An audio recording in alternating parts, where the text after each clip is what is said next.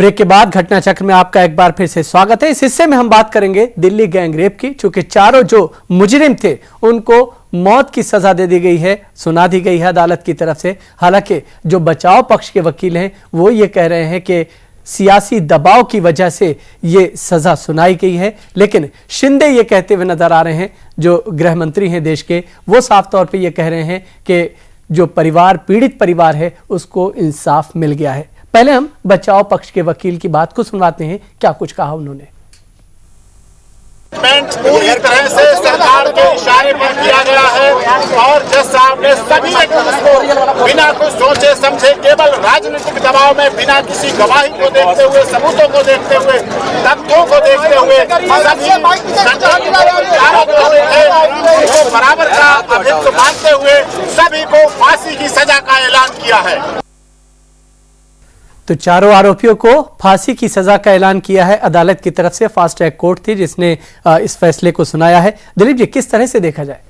हमारे पास तो कोई साक्ष्य सबूत और या कोई चीजें नहीं दी गई है जिसको आधार पे आप, लेकिन जाहिर है कोर्ट में ये तमाम चीजें जज के सामने जरूर दिए गए होंगे और उसी आधार पे ये सजा, जो चारों को सजाए मौत की सजा मिली है। लेकिन जो सबसे महत्वपूर्ण बात है कि अगर ये सजा नहीं इस तरह का होता, फांसी नहीं होते, तो शायद देश में लोगों को भरोसा नहीं होता कि ऐसे जघन्य अपराध के लिए आप फांसी नहीं देंगे तो किस लिए फांसी देंगे फिर तो आप कैपिटल पनिशमेंट को देश में नहीं दे तो ज्यादा अच्छा है। तो मुझे लगता है कि बिल्कुल सही सजा, और बिल्कुल क्योंकि जिस तरह के अपराध हुए थे इसमें और कोई सजा का प्रावधान होना भी नहीं चाहिए इस तरह के अपराध के लिए। नहीं, लेकिन जिस तरह की एक बात उन्होंने कही बचाव पक्ष के वकील ने कि अगर बचाव के पक्ष के वकील 3-4 महीने का समय है उनके पास, 3-4 महीने के अंदर अगर केसेस रुक जाते हैं तो हम अप्लाई नहीं करेंगे। ये तो बहुत स्वाभाविक सी बात है और उनको जाना, वो उनके पास विकल्प है, वो जाएंगे। लेकिन जो सजा दी गई हो बिल्कुल उपयुक्त है और इस तरह के जघन्य अपराध के लिए इसी तरह की सजा दी जानी चाहिए। एक कठोर संदेश जाता है, बिल्कुल साफ संदेश। देखिए, मुझे ये लगता है कि मैं जो जजमेंट है, जैसे दिलीप जी ने कहा कि हमारे पास क्योंकि किस प्रकार की वहां प्रक्रिया चली है हमें मालूम नहीं है, लेकिन जो बचाव पक्ष है उसके वकील का जिस प्रकार जुडिशरी पर, हमारी न्यायपालिका पर राजनीति के दबाव का आरोप, ये गंभीर मामला है। नहीं, कोर्ट ने तो साफ तौर पे ये कहा कि रियरेस्ट ऑफ द रियरेस्ट। मेरा वो बिल्कुल आपकी बात ठीक है। सवाल ये नहीं है, सवाल ये है वो आरोपी हैं तो सजा मिलनी चाहिए, और रेयर ऑफ द रेयर की जो आप बात कर रहे हैं बिल्कुल ठीक है, यही सजा होनी चाहिए। सवाल मैं उस पर नहीं जा रहा हूं। मेरा ये कहना है कि कम से कम जब हम कसाब जैसों को फेयर ट्रायल दे सकते हैं, तो अगर वो बचाव पक्ष का वकील ये आरोप लगा रहा है कि एक राजनीतिक दबाव में हुआ है, जुडिशरी ने ठीक से सुना नहीं है, हमारे जो आरोपी हैं वो आरोपी नहीं हैं, इस प्रकार के जो वो कह रहा है, वो एक गंभीर आरोप है। इस पर भी इस बहाव में जो माहौल बना, जो टेंशन बनी, उस माहौल में आप किसी को भी पकड़ के अंदर कर दे, प्रशासन जिस प्रकार आपने देखा वो एक पुलिस वाला मर गया था और किस प्रकार वहां पर एक युवा के लपेटने की कोशिश पुलिस ने की, वो तो दबाव के कारण उसको बाद में उनको छोड़ना पड़ा जब ये पता लगा कि वो हार्ट फेल हुआ था। तो ये जो एक प्रक्रिया है, जो हमारे प्रशासनिक तंत्र की, जो जांच एजेंसियां हैं, जिस प्रकार की उनकी छवि है हमारे देश में, मुझे लगता है ये इसके ऊपर बहुत बड़ा कटाक्ष है।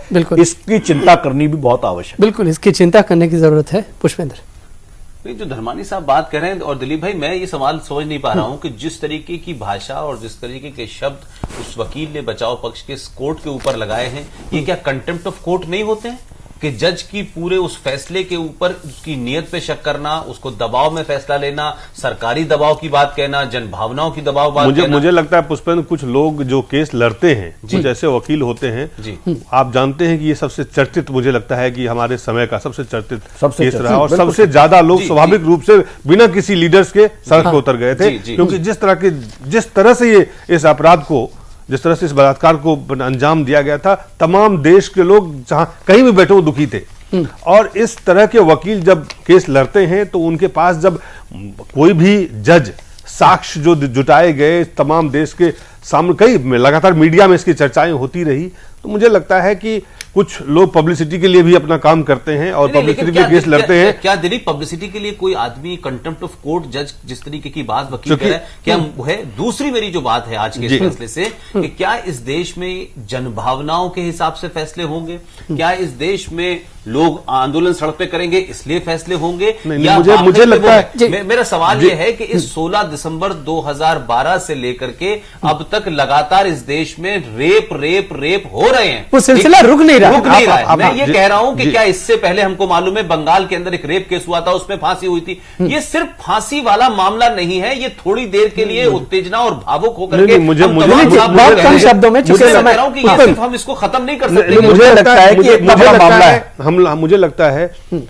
हम भावनाओं को, जनभावनाओं को और तमाम तरह के बयान को तरजीह दे रहे हैं। मुझे लगता है क्योंकि ये चीजें सामने में लोगों को दिखा, इसलिए आपको और मुझे सबको ऐसा लग रहा है। लेकिन बहुत स्वाभाविक है कि जिस चुस्ती से चूंकि तुरंत लोग सड़क पे उतरे, तुरंत इसके खिलाफ में जिस तरह से लोग उमड़ के सड़क पे आ गए, मुझे लगता है कि जो पुलिस के ऊपर दबाव था, जिस तरह से पुलिस ने चुस्ती के साथ काम किया, जिस तरह से लोगों को गिरफ्तार किया, जिस तरह से तमाम जो सबूत थे उसको मिटाने से रोक के, तो इसमें बहुत सारी चुस्ती दिखाई गई, चाहे वो दबाव में हो। मुझे लगता है सवाल ये समय खत्म हो गया। क्या इस देश में हर रेप के लिए इतना ही दबाव बनाने के लिए लोगों को सड़कों को हर एक ये स्वाभाविक सा सवाल है, और ये सवाल जो है शायद इस जजमेंट से बड़ा है कि जजमेंट आप देखिए, उस दिन भी हमारे साथ जो वकील आए थे, उन्होंने कहा था कि हमारे यहाँ जो प्रोसेस है,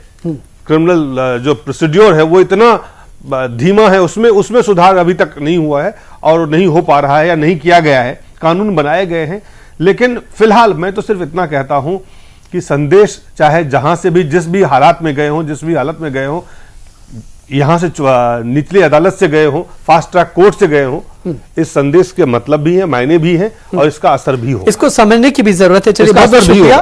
समय खत्म हो गया। भूपेंद्र जी आपका शुक्रिया, दिलीप जी आपका, पुष्पेंद्र जी आपका, आप तमाम लोगों का बहुत बहुत शुक्रिया। देखते रहिए जय न्यूज।